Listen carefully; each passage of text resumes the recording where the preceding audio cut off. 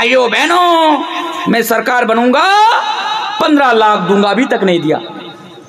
एक चाय की दुकान पे बैठकर मैं चाय पी रहा था। खैर चाय के बारे में बोलना भी पाप है, चाय के बारे में बोलना भी हम लोगों के लिए गुनाह है, नहीं बोल सकते, नहीं बोल सकते। मेरी बात रिकॉर्ड हो रही है। क्यों?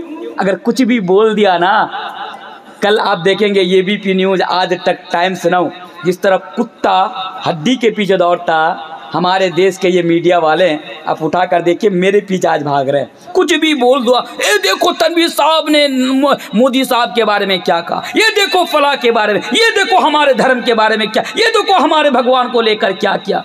खैर इनके भगवान के ऊपर क्या बोलना, जहाँ जहाँ हमारी मस्जिदें हैं उनके नीचे इनके भगवान सब पड़े हुए हैं। मुझे तो लगता है कि कल ये ना कहने लगे कि हमारे भगवान भी इस्लाम कबूल कर लिए। क्या हाल है आज इन लोगों का। खैर इधर कुछ नहीं बोलूँगा। तो जो मैं बोल रहा था, चाय की दुकान पर लोग बात कर रहे हैं, बोल रहे हैं कि मैं भी करोड़पति हूँ। किसी ने पूछा भाई लाखपति हूँ, किसी ने पूछा भाई तू कैसे लाखपति है, तू तो टोटो चलाता है, तू तो गरीब आदमी है, तू कैसे लाखपति। जवाब देता क्यों, मोदी साहब ने जो वादा किया सबको 15 लाख दूंगा, उसी के चक्कर में भी फंसा हुआ हूँ, मैंने उसी की उम्मीद में अभी भी हूँ।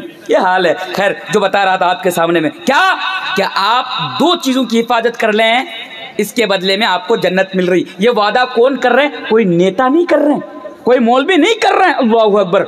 ये वो कर रहे हैं जिनके बारे में हमारा ये ईमान है, हमारा ये अकीदा है कि पूरी दुनिया के लोग झूठे हो सकते, पूरी दुनिया के मौलवी झूठे हो सकते, लेकिन हमारे नबी का एक जुमला भी झूठा नहीं हो सकता। अल्लाहू अकबर। वो नबी कह रहे हैं, क्या कह रहे हैं कि तुम 2 चीज़ों की हिफाजत कर लो और इसके बदले में तुम जन्नत में जाओ, मैं तुम्हें जन्नत की ज़मानत और जन्नत की गारंटी देता।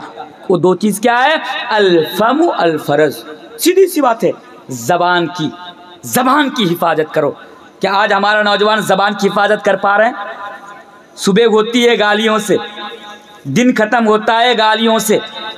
आज बात बात पर गालियां, तेरी इसकी, तेरी इसकी, तेरी बात बात पर आज हमारे नौजवानों की ज़बान से गालियां निकल जाती है।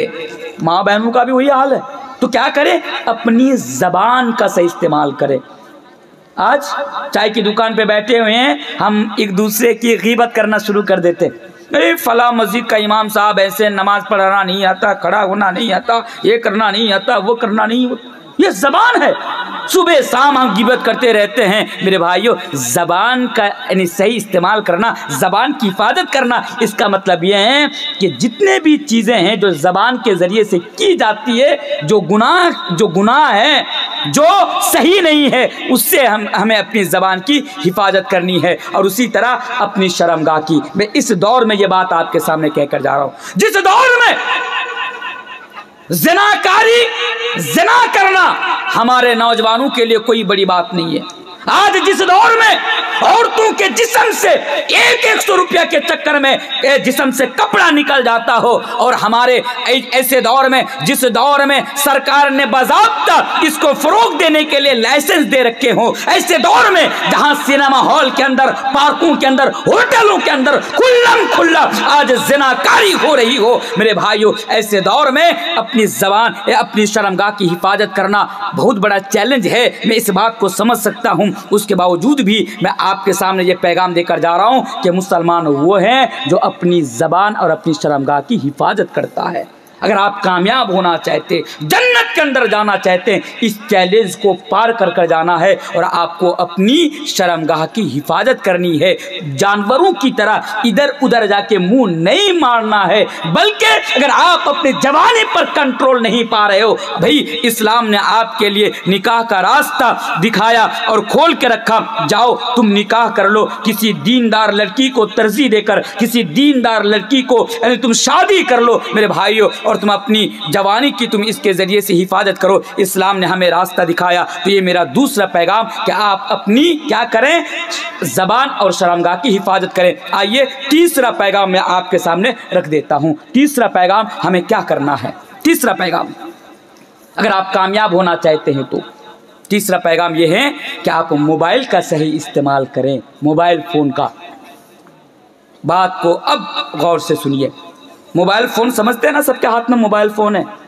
इस मोबाइल फ़ोन का सही इस्तेमाल करें। यहाँ पर एक बात की याद रखिएगा, कल क़यामत के दिन कौन जन्नत के अंदर जाएगा और कौन जहन्नम के अंदर जाएगा, इसका इल्म किसी के पास नहीं है, कोई नहीं जानता। ये तो अल्लाह फैसला करेगा, लेकिन हाँ शर्त कि वो साहिब ईमान हो, उसके पास ईमान हो, ये शर्त है। उसके बाद कौन जन्नत में जाएगा कौन जहन्नम में जाएगा, इसका फैसला अल्लाह तबारक व तआला करेगा। लेकिन एक बात मैं आपके सामने कहकर जा रहा हूँ, मेरी माए बहनें, आप भी बड़े गौर से सुनिए। खुदा ना खास्ता अगर कल क़यामत के रोज़ हमें और आपको जहन्नम के अंदर जाना पड़े, तो जहन्नम में जाने के पीछे जितनी बड़ी बड़ी यानी वजह होंगे, उनमें से एक वजह मेरे भाई ये मोबाइल फ़ोन भी है। बात समझ में आ रही है? ये मोबाइल फ़ोन भी। क्यों? क्योंकि इस मोबाइल फ़ोन का आज हम और आप सबसे ज़्यादा गलत इस्तेमाल करते हैं। मोबाइल फ़ोन को जैसे इस्तेमाल करना चाहिए था, जहां इस्तेमाल करना चाहिए था, आज हम वैसे और वहां पर मोबाइल फ़ोन का इस्तेमाल नहीं करते हैं। आज क्या करते हैं? हम फेसबुक चलाते हैं, सबके पास फेसबुक आईडी है, फेसबुक चला रहे, फेसबुक चलाते चलाते सन्नी लियोनी की एक तस्वीर आ गई, मज़ा आया दिखने में। क्या किया? फौरन उसको शेयर कर दिया। एक गाना आ गया, हम क्या किया? उसको शेयर कर दिया। एक बुरी चीज हमारे सामने आई, एक ऐसी वीडियो जिस वीडियो के जरिए से बेहयाई को फरोग दी जा रही हो, वो वीडियो सामने आई, हमने क्या किया? फौरन उसको शेयर कर दिया। जो भी हमें अच्छा लगता हम नहीं देखते ये गलत चीज़ें या सही चीज़ें, हम उसको शेयर करना शुरू कर देते। मेरे भाइयों, ये बहुत गलत चीज़ है। इसके ताल्लुक से अल्लाह तबारक व तआला कुरान करीम के अंदर बयान फरमाते हैं, ऐ नौजवानों, ऐ मुसलमानों, ऐ मेरी माँ और बहनों, जरा गौर से सुनो। अगर आपके हाथ में मोबाइल फोन है, आज के बाद मोबाइल के जरिए से गलत चीजों को शेयर न करना, गलत फोटोज शेयर न करना, गलत वीडियोज शेयर न करना।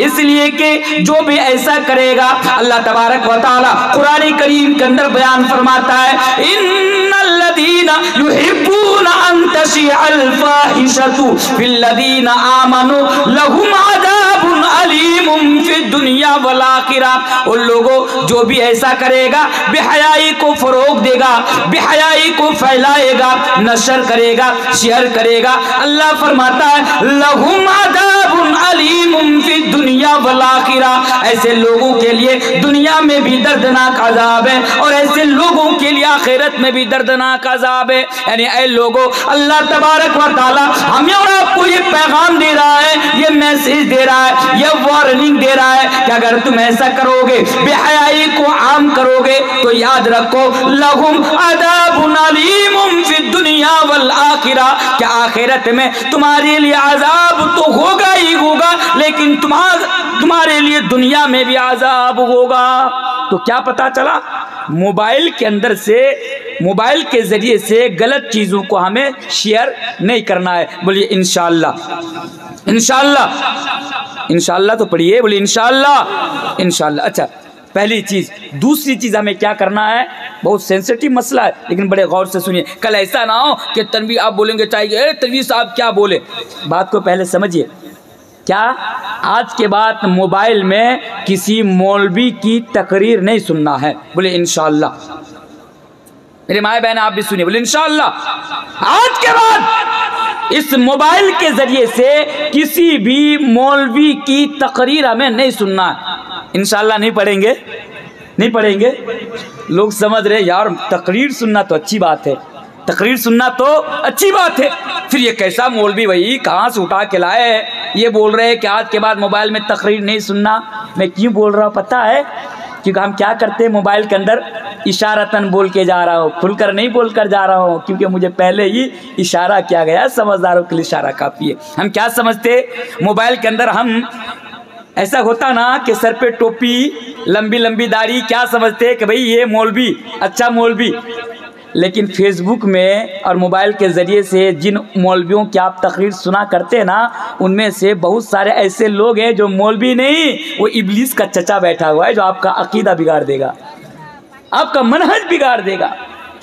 आप क्या सुन रहे हैं? हम इनकी तकरीर सुन रहे हैं, अच्छा होगा। नहीं मेरे भाई, क्यों? क्योंकि आपके पास इतना इल्म नहीं है कि कौन सही बोल रहे कौन गलत बोल रहे। तो आज के बाद हर मौलवियों की, हर ऐरे गैरे नत्थु खैरे ऐसे मैं मेरा कहने का मतलब ये नहीं है कि कल से सिर्फ आप मेरी तकरीर सुने, नहीं, हमारे हिंदुस्तान के अंदर अल्हम्दुलिल्लाह बड़े बड़े उलमा हैं जिनके बारे में आपको मालूम है कि ये बड़े अच्छे हैं, इनका अकीदा सही है, इनका मनहज सही है। अगर ये बात करते तो कुरान और हदीस के अंदर से बात करते हैं। ऐसे उलमा के आप तकरीर सुना करें, इंशाअल्लाह आप दुनिया में भी कामयाब, आखिरत में भी कामयाब होंगे। अगर आप ऐसा नहीं करेंगे तो हो सकता है कि आप दुनिया में भी बर्बाद हो जाएं और आखिरत में भी बर्बाद हो जाएं। मोबाइल के अंदर तो ऐसे ऐसे उलमा की तकरीरें पड़ी हुई है और आज हमारे नौजवान उनके फैन बने बैठे। क्या फैन बने बैठे। मैं एक जगह तकरीर करने के लिए गया, अल्हम्दुलिल्लाह बहुत अफसोस के साथ ये बात मैं आपके सामने रख रहा हूँ। वो क्या कहते हैं, मौलाना साहब मैं फला मौलवी का मैं बहुत बड़ा फैन हूँ, बहुत बड़ा फैन। भाई मौलवी कौन? बोला फला मौलवी, मैं नाम नहीं लूँगा, फला मौलवी। मैंने कहा ठीक, वो तुम उनकी तकरीर सुनते, उनका बयान सुनते? बोला क्या? मैंने कहा भाई वो तो मौलवी ही नहीं है। तू जिसे बड़ा अल्लामा समझ बैठा, बहुत बड़ा मौलवी समझ बैठा, वो मौलवी है ही नहीं है और उनका अकीदा भी सही नहीं, उनका मनहज भी सही नहीं और वो बात कुरान और हदीस के अंदर से नहीं करते। अगर तुम उनकी तकरीर सुनोगे, उनका बयान सुनोगे तो तुम दुनिया में भी नाकाम, आखिरत में भी नाकाम। उसकी एक छोटी सी मिसाल मैं आपके सामने रखता हूँ। एक दिन मैं घर में गया, बहुत दिनों के बाद मैं घर में जाता। एक दिन मैं घर में गया, मैं दरवाजे पे रूम पे जाके सो गया। अचानक दरवाजे पर मेरी नज़र पड़ी। मैं क्या देख रहा हूँ, एक कपड़ा में पुराना कपड़ा में कुछ जो है बांध करके वहाँ पे लटका दिया गया है पुराना दरवाजे पर। मैं सोच रहा भाई ये क्या चीज़ है, ये क्या चीज़ है। तो फिर जब सुबह हुई तो मैं गया, फिर उसको नीचे उतारा। मैं क्या देख रहा हूँ कि इसमें मिट्टी का गोला है, 5 मिट्टी का गोला। मिट्टी का गोला समझते आप लोग उसको बंगला में क्या बोलते? ढेला, ढेला, ढेला, ढेला समझते ना? ढेला, मिट्टी का गोला, 5 गोला उसमें बंधा हुआ है। फिर मैं माँ के पास गया, मैंने माँ से पूछा अम्मी जान ये क्या है? तो बोला बेटा आप इसको उतार दिए? मैंने कहा हाँ मैं इसको उतार दिया। बोला आप इसको क्यों यहाँ पे लटकाएं, क्यों टांगे हैं, क्यों रखे यहाँ पे बांध करके? मेरी अम्मी क्या कह रही मालूम? मेरी अम्मी कह रही है कि बेटा आपके ना बहुत सारे दुश्मन हैं, आपके बहुत सारे दुश्मन हैं, तो कहीं वो लोग आपका नुकसान ना कर दे, उन लोगों की यानी बुरे लोगों की कहीं नज़र आप पर ना लग जाए, इसलिए आपके रूम के दरवाजे पर ये इसको मैं टांग के रखी हूँ। मैंने पूछा ये आपको कहाँ से मिला? कहा मोबाइल के अंदर एक मौलवी का मैं जलसा सुन रही थी, तकरीर सुन रही थी, तो मौलवी ने कहा कि अगर बुरी नज़र से, बद नज़री से अगर बचना चाहते हैं या अपने बेटे बेटियों को बचा के रखना चाहते तो क्या करें? 3 बार कुल पढ़ करके, जो तीनों कुल है ना, 3 बार पढ़ करके किसी मिट्टी का गोला पर फूंक दीजिए और दरवाजे पर लटका दीजिए, नजर नहीं लगेगी, कोई दुश्मन नुकसान नहीं करेगा। मेरी माँ कह रही है। फिर मैंने माँ को समझाया कि ये सही नहीं है, ये शिर्क है और अगर आप ऐसा अकीदा रखेंगी तो फिर दुनिया में भी नाकाम, आप आखिरत में भी नाकाम। तो ये मेरी माँ का हाल है, मेरी। क्यों? क्योंकि मोबाइल में मेरी माँ हमेशा उठते बैठते जब खाना बनाती या कुछ काम करती तो मोबाइल में उलमाओं की तकरीरें सुनती। फिर मैंने माँ को एक लिस्ट दिया और मैंने माँ से कहा अम्मा जान जब भी मोबाइल में जलसा सुनना या तकरीर सुननी तो इन मौलवियों का जलसा सुनना, तकरीर सुननी। मैंने एक लिस्ट उनको दे दिया। अच्छा मैं ज़्यादा इसको तूल नहीं दूंगा इस पॉइंट को, बस मैं इतना बता के जा रहा हूँ आप लोगों के सामने कि आज के बाद आप जिसे जानते, जिसके बारे में जानते, या फिर एक ऐसा मौलवी जिसकी तकरीर आप सुन रहे हैं आपको अच्छी लग रही है, अब क्या करें? उनके बारे में आप नहीं जानते। उलमा है आपके इलाके में, हर मस्जिद में इमाम है, इमाम साहब के पास जाइए, आप इमाम साहब से कहिए कि ये मौलाना के बारे में थोड़ा मुझे बताइए, क्योंकि इनका प्रोग्राम और इनका जलसा मुझे सुनने में अच्छा लगता, इनकी तकरीर मुझे सुनने में अच्छा लगता,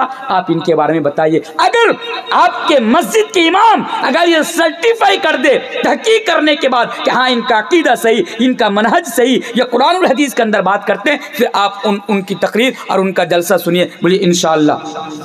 अच्छा और एक पॉइंट आपके सामने रख देता हूँ मोबाइल के ताल्लुक से। मोबाइल का हम गलत इस्तेमाल करते, क्या करते हैं? अब मान लीजिए किसी ने एक बात लिख दी, एक पोस्ट कर दिया और नीचे में लिख दिया सहीहुल बुखारी, यानी ये बुखारी की हदीस है। हमने तहकीक नहीं की, हमने क्या देखा कि ये सही बुखारी की हदीस है, इसमें हदीस लिखा हुआ है, हमने फौरन उसको शेयर करना शुरू कर दिया। मेरे भाई, मेरे माए बहने, आज के बाद मोबाइल के जरिए से जब भी आप दीन की किसी बात को कुरान और हदीस समझ करके किसी पोस्ट को आगे शेयर करेंगे, आगे बढ़ाएंगे, तो बढ़ाने से पहले आप तहकीक कर लेंगे कि यह हदीस के अंदर है या नहीं है, या कुरान के अंदर है या नहीं है, या अल्लाह के नबी ने बताया है नहीं है। अगर आप तहकीक नहीं करेंगे, अगर आप यूं ही उसको शेयर करते चले जाएंगे तो क्या होगा? अल्लाह के प्यारे नबी जनाब मोहम्मद रसूलुल्लाह सल्लल्लाहु अलैहि वसल्लम बयान फरमाते हैं कि फलयतबव्वा मक़अदहु मिनन नार, तो आप क्या करें? आप अपना ठिकाना जहन्नम के अंदर बना ले। तो मेरे भाइयों, बहुत सारी ऐसी चीज़ें हैं जो आज हम और आप मोबाइल के अंदर से मोबाइल का गलत इस्तेमाल करते हैं। इसलिए आज मेरा एक पैगाम आपके नाम ये है कि आप मोबाइल का सही इस्तेमाल करें। आइए अब मैं आपके सामने चौथा पैगाम मैं आपके सामने रखता हूं कि आपको क्या करना है। चौथा पैगाम आपके सामने मेरे भाइयों, खास करके नौजवानों, इस चौथा मैसेज और पैगाम को याद रखो। अल्लाह के प्यारे नबी जनाब मोहम्मद रसूलुल्लाह सल्लल्लाहु अलैहि वसल्लम से सवाल किया गया, अगर आप दुनिया के अंदर और आखिरत के अंदर अगर कामयाब होना चाहते हैं, अल्लाह के नबी से पूछा गया, अल्लाह के नबी से सवाल किया गया कि अल्लाह के नबी आप बताइए दुनिया के अंदर वो कौन सी चीज है जो इंसान जिसकी वजह से ज्यादा जन्नत के अंदर जाएंगे। यानी अल्लाह के नबी वो कौन सी चीज है कि जो इंसान को ज्यादा से ज्यादा जन्नत के अंदर लेकर जाएंगी, जिसकी वजह से इंसान ज्यादा से ज्यादा जन्नत के अंदर जाएंगे। तो अल्लाह के प्यारे नबी जनाब मोहम्मद रसूलुल्लाह सल्लल्लाहु अलैहि वसल्लम ने बयान फरमाया तक़वल्लाहि व हुस्नुल खुल्क। दो चीजें है नौजवानों, अगर आप कामयाब होना चाहते हो, और लोगों अगर आप सक्सेस होना चाहते हो, वो इस दो चीज को आप अपने अंदर पैदा करो। क्या है? तक़वल्लाहि व हुस्नुल खुल्क। एक चीज है तकवा और एक है अच्छा अखलाक। अच्छा अखलाक, आप अपना किरदार ऐसा बनाइए, आप अपना अखलाक ऐसा बनाइए कि आपके जरिए से किसी को तकलीफ ना हो, आपके जरिए से किसी को चोट ना पहुंचे, आपके रहन सहन से किसी को परेशानी ना हो। यानी आप अपना अखलाक को और अपना कैरेक्टर और अपना किरदार को बेहतर बनाओ, पहली चीज। और दूसरी चीज क्या? तकवा। अपने अंदर तकवा पैदा करो।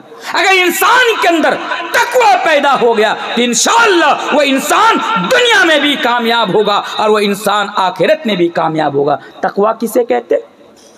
चार चीज़ों का नाम तकवा है। उनमें से एक चीज़ है अल खौफ मिनल जलील। क्या? अल्लाह का डर। आज हमारे अंदर अल्लाह का डर नहीं है।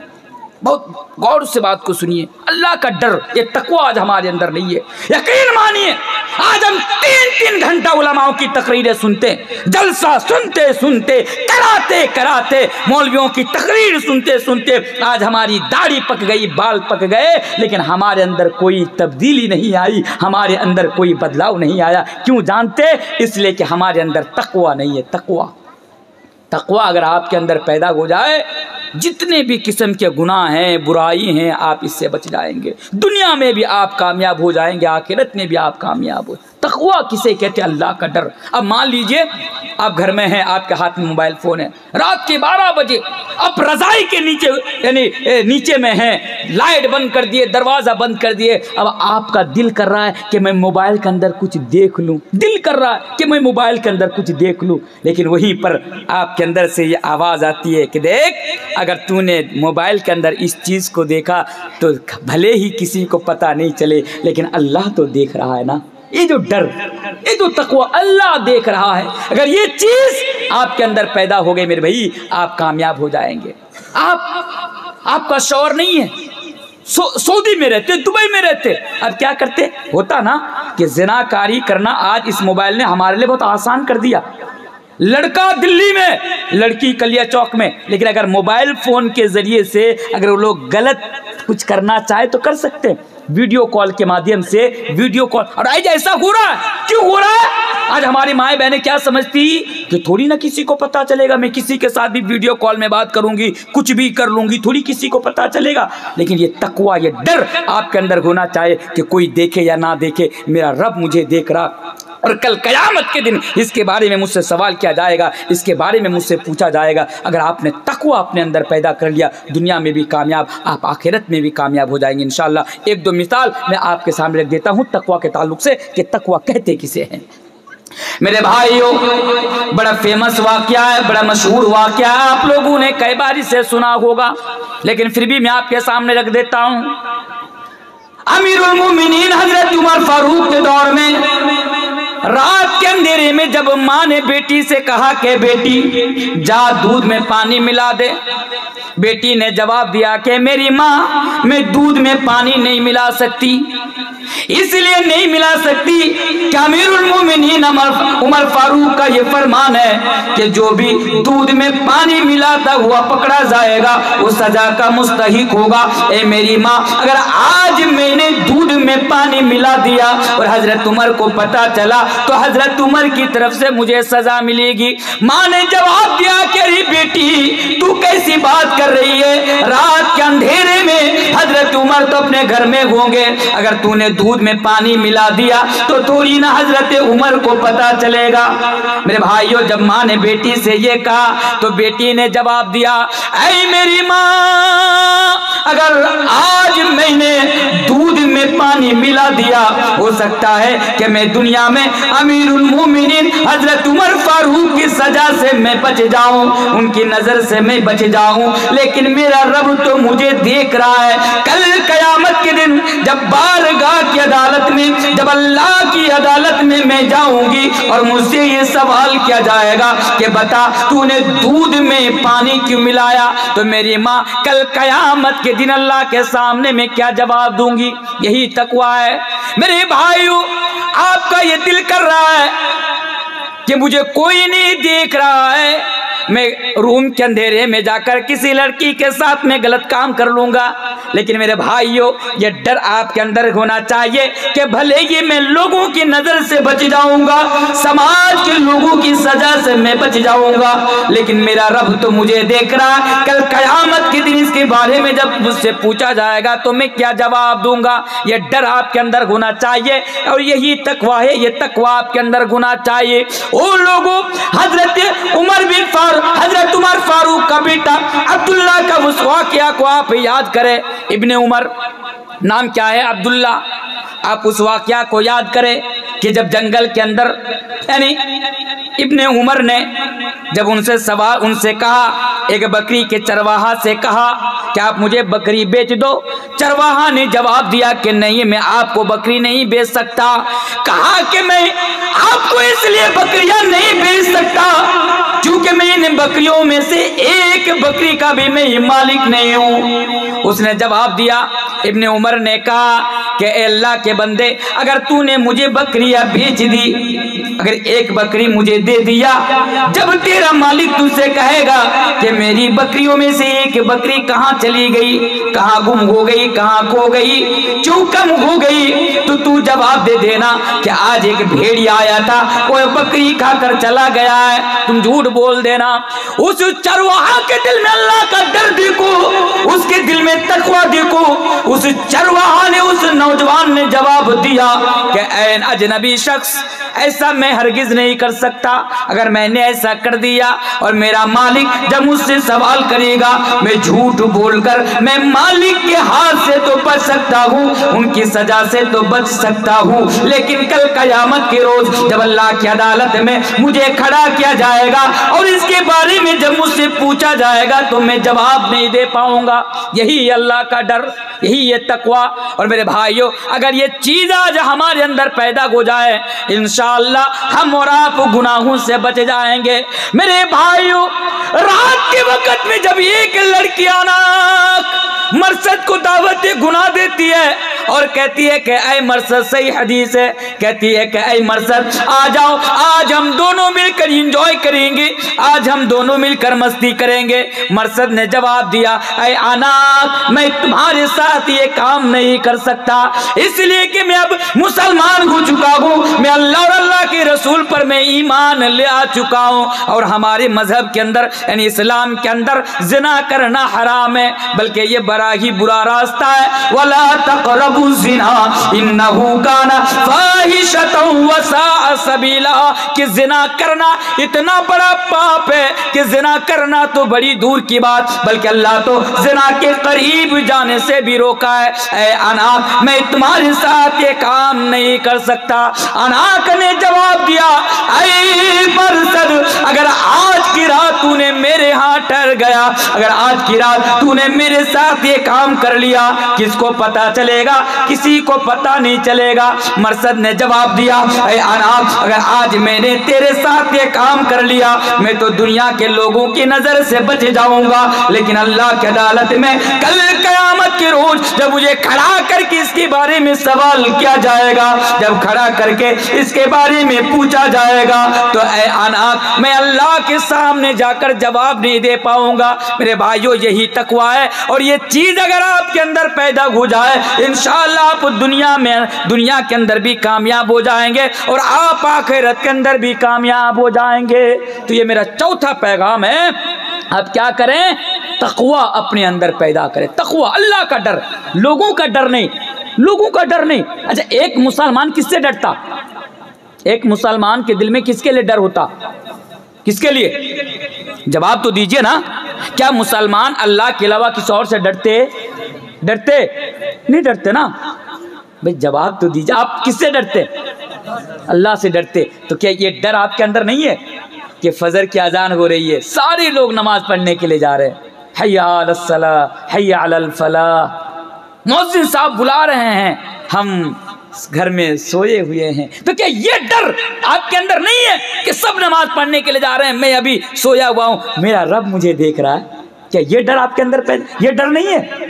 अगर सच में आपके दिल में अल्लाह का डर है, तो मेरे भाइयों, ये डर भी आपके अंदर होना चाहिए कि लोग नमाज पढ़ने के लिए जा रहा है, मैं अभी लेटा हूं, मैं अभी सोया हूं, अगर मैं नमाज पढ़ने के लिए नहीं जाऊंगा, मेरा रब मुझे देख रहा है, कल कयामत के दिन इसके बारे में मुझसे सवाल किया जाएगा। ये तब अल्लाह का डर कहाँ चला जाता? ज़बानी दावा तो सब करते, मैं अल्लाह से डरता, मैं अल्लाह से डरता, लेकिन तब अल्लाह का डर कहाँ चला जाता? जब आप गुनाह करते, किसी रेस्टोरेंट में बैठकर आप शराब पीते, किसी होटल में किसी लड़की के साथ नाजायज ताल्लुकात आप जब कायम करते, तब ये डर कहाँ चला जाता कि मेरा रब मुझे देख रहा है। मेरे भाइयों, अगर अल्लाह से डरना है तो हर जगह अल्लाह से डरना, लेकिन आज ना सिर्फ हम ज़बानी दावा करते। अच्छा, एक मिसाल मैं आपके सामने रखता हूँ। ट्रेन के अंदर सिगरेट पीना मना है, आप लोग जानते? अगर ट्रेन के अंदर कोई सिगरेट पिएगा तो उसे जुर्माना देना पड़ेगा। आपके कलिया चौक वाले क्या करते? अच्छा, यहाँ से खलतीपुर कितना दूर है? खलतीपुर कितना दूर है? करीब है। जो लोग काम करने के लिए कोलकाता वगैरह जाते हैं, इनसे पूछिएगा क्या करते हैं। जब ट्रेन में बैठते तो वो सिगरेट या बीड़ी नहीं पीते। क्यों? क्योंकि अगर मैं पीऊँगा तो पुलिस पकड़ के लेके जाएगी, मुझे जुर्माना देना पड़ेगा। तो बेवकूफ़ क्या करता? टॉयलेट में जाकर बीड़ी पीता।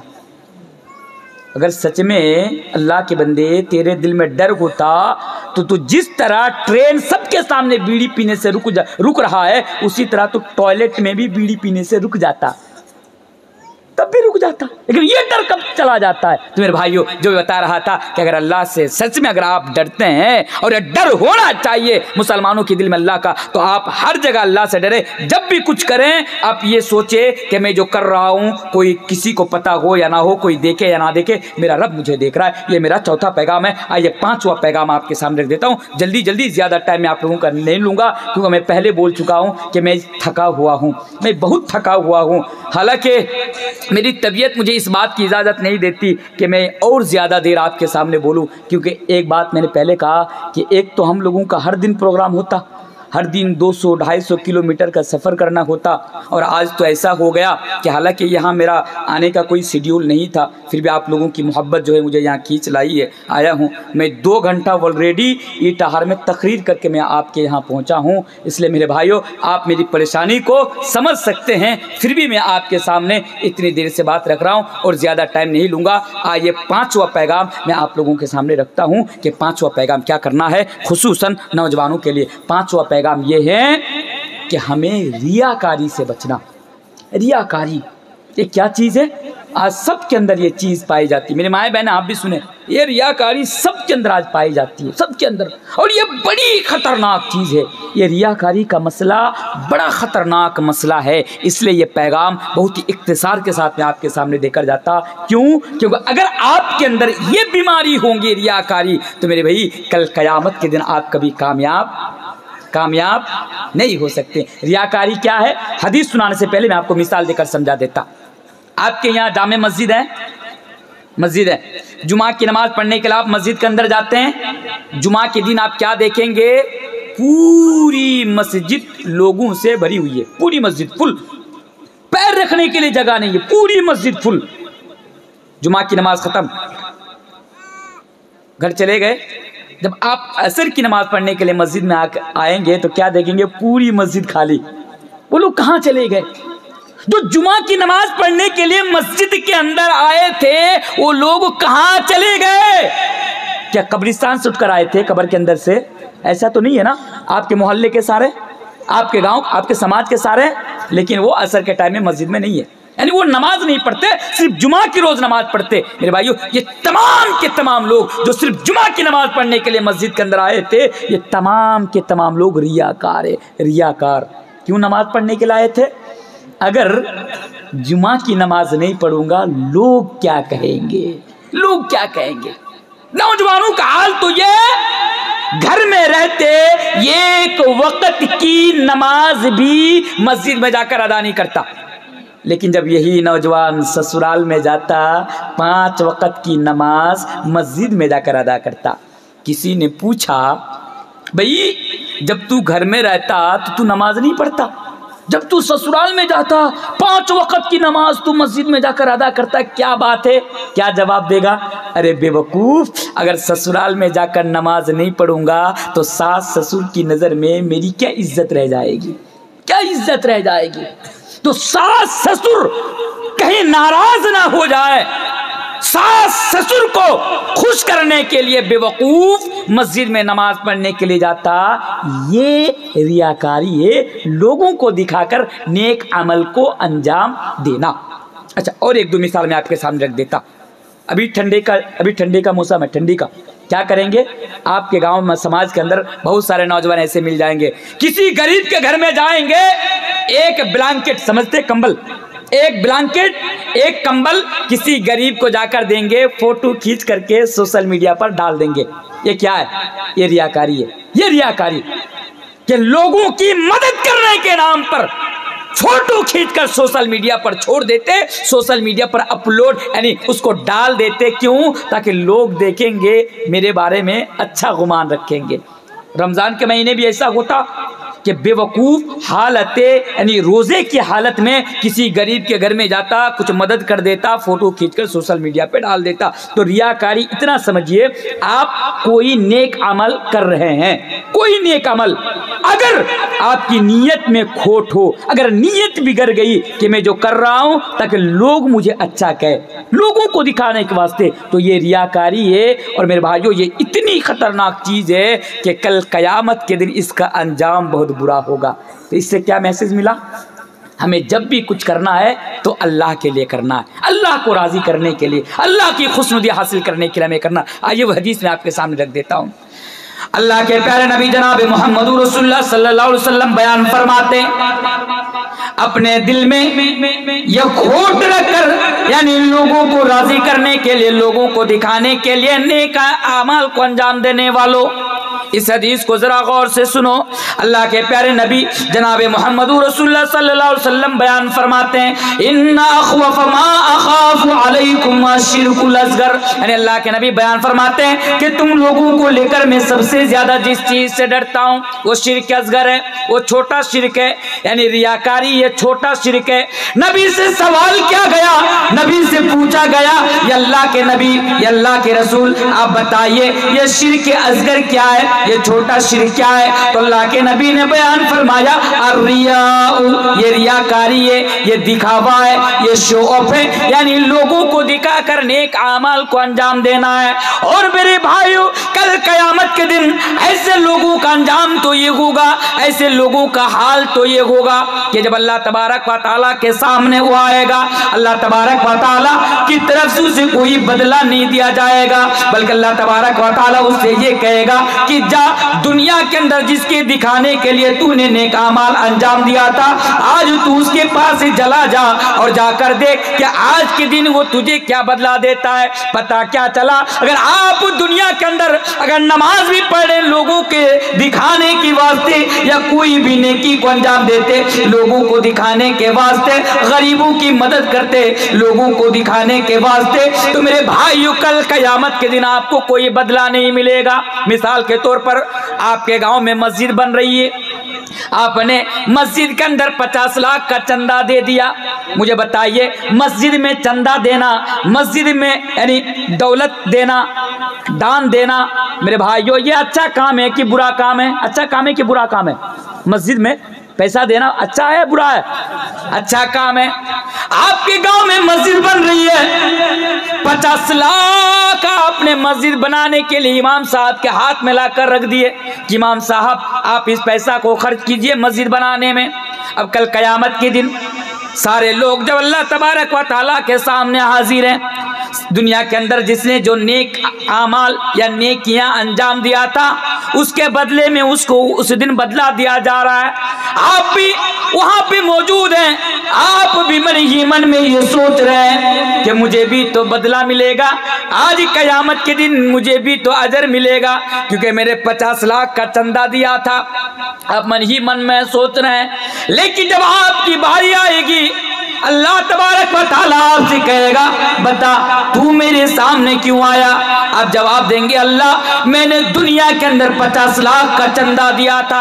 अल्लाह तबारक व तआला कहेगा तू झूठ बोल रहा है, तूने मस्जिद बनाने के लिए 50 लाख का जो चंदा दिया था वो मुझे राजी करने के लिए नहीं दिया था, मेरी खुशनुदी हासिल करने के लिए नहीं दिया था, बल्कि तूने 50 लाख का चंदा सिर्फ इसलिए दिया था क्योंकि दरियापुर के लोग तुझे बड़ा यानी फैयाज समझेगा, तुझे बड़ा सखी समझेगा, तेरा बड़ा एहतराम करेगा, तेरी इज्जत करेगा, तुझे अल्लाह वाला कहेगा, तुझे दानवीर कहेगा। और तूने जिस मकसद के तहत, तूने जिस नीयत के तहत 50 लाख का चंदा दिया था वो तो दुनिया के अंदर पूरा हो गया, आज तेरे लिए मेरे पास कोई बदला नहीं है। तो मेरे भाइयों ये रियाकारी, ये दिखावा का अमल करना ये कितनी खतरनाक चीज है कि दुनिया के अंदर इसके लिए आपको कोई बदला नहीं मिलेगा। हाँ मेरे भाइयों कल कयामत के रोज 3 प्रकार के लोगों को जहन्नम के अंदर डाला जाएगा। सही हदीस है, 3 किस्म के लोगों को जहन्नम के अंदर डाला जाएगा और जिन लोगों से जहन्नम की आग भड़काई जाएगी यानी जहन्नम की आग दहकाई जाएगी, अल्लाहु अकबर, वो 3 किस्म के लोग कौन होंगे मेरे भाइयों? पहला आदमी वो होगा वो आलिम दीन होगा जिसने दुनिया के अंदर कुरान और हदीस का इल्म हासिल किया था, आलिम दीन होगा, हाफिज कुरान होगा। कल कयामत के दिन अल्लाह के सामने आएगा, अल्लाह तबारक व तआला उससे कहेगा ऐ मेरा बंदा बता तूने दुनिया के अंदर मेरे लिए क्या किया था? वो जवाब देगा कि अल्लाह मैंने तेरे दीन का यानी दीन का मैंने इल्म हासिल किया था, कुरान और हदीस का मैंने इल्म हासिल किया था, मैं दूसरों को भी इल्म हासिल कराया था, मैंने दूसरों को भी पढ़ाया था, मैं तेरे दीन की दावत और तबलीग का काम क्या करता था, मैं तेरे दीन को एक दूसरे तक पहुंचाने का काम करता था। अल्लाह तबारक व तआला कहेगा कि तू झूठ बोल रहा है, तू दुनिया के अंदर तू इसलिए इल्म हासिल किया था, इसलिए तू लोगों को कुरान सिखाता था, इसलिए तू लोगों के सामने कुरान की आयतें पढ़कर सुनाता था ताकि लोग तुझे बहुत बड़ा आलिम समझे, लोग तुझे बहुत अच्छा हाफिज कुरान समझे, लोग तेरा बड़ा एहतराम करे, लोग तेरी बड़ी इज्जत करे, यानी तुझे बड़ा मौलवी समझे, इसलिए तूने हासिल किया था। अल्लाह तबारक व तआला फरिश्तों को हुक्म देगा कि जाओ और जाकर इसको जहन्नम के अंदर फेंक दो, ले जाओ और ले जाकर इसे जहन्नम के अंदर ढकेल दो। हाँ मेरे भाइयों कल कयामत के दिन एक आलिम दीन को, एक हाफिज कुरान को भी जहन्नम के अंदर जाना पड़ेगा। मेरे भाइयों मिसाल के तौर पर ये मौलवी तनवीर आज आपके सामने तकरीर कर रहा है, मैं 12 साल से, मैं 13 साल से मैं हिंदुस्तान के मुख्तलिफ मकाम पर मैं मेरे भाइयों बड़ी परेशानी उठाकर मैं पहुंचा और वहां पर मैंने कुरान और हदीस की बातें 2-2 घंटा तक लोगों को सुनाया।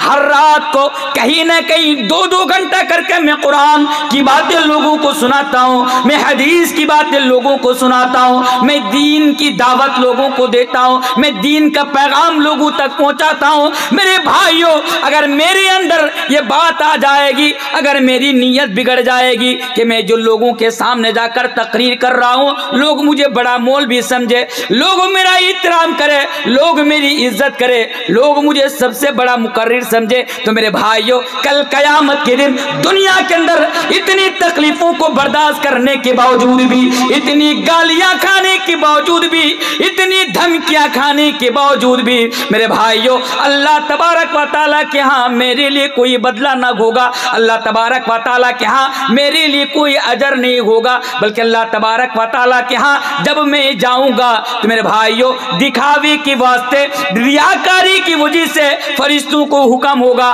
कि मौलवी तनवीर को ले जाओ और ले जाकर जहन्नम के अंदर फेंक दो। अगर थोड़ी सी भी नीयत बिगड़ गई, थोड़ी सी भी नीयत, अल्लाह माफ करे, बोलना तो नहीं चाहिए, फिर भी मैं आपके सामने बोल कर जा रहा हूँ।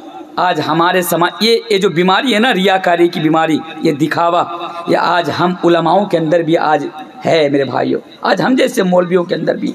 मैं तो अल्लाह से दुआ करता, अल्लाह तो हर आलिम को, हर कुरान और हदीस का इल्म रखने वाले लोगों को अल्लाह तो इस बीमारी से तू इसको बचा के रख, अल्लाह तो इसकी हिफाजत ता फरमा।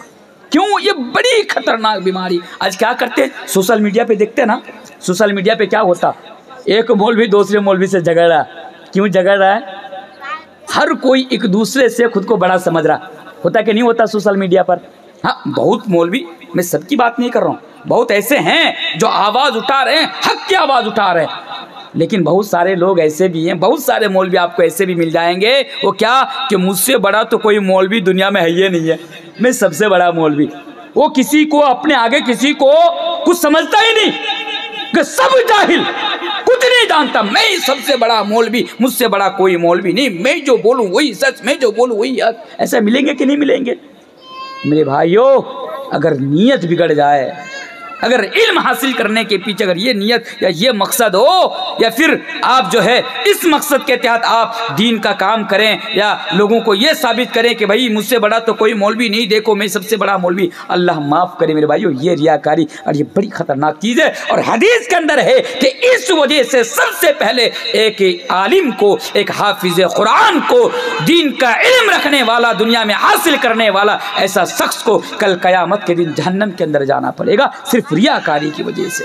अच्छा, दूसरा शख्स कौन जहन्नम के अंदर जाएगा? अल्लाहु अकबर। जरा सोचिए, ऐसा शख्स जिसने दुनिया के अंदर अल्लाह तबारक व तआला की राह में जिहाद करते हुए, लड़ते हुए, दुश्मनों का मुकाबला करते करते जिसने अपनी जान की कुर्बानी दे दी, जिसने अपनी शहादत दे दी, मेरे भाई कल क़यामत के दिन उसे जहन्नम के अंदर जाना पड़ेगा। जरा सोचिए, ये रियाकारी का मसला कितना ख़तरनाक मसला है, कितना ख़तरनाक मसला।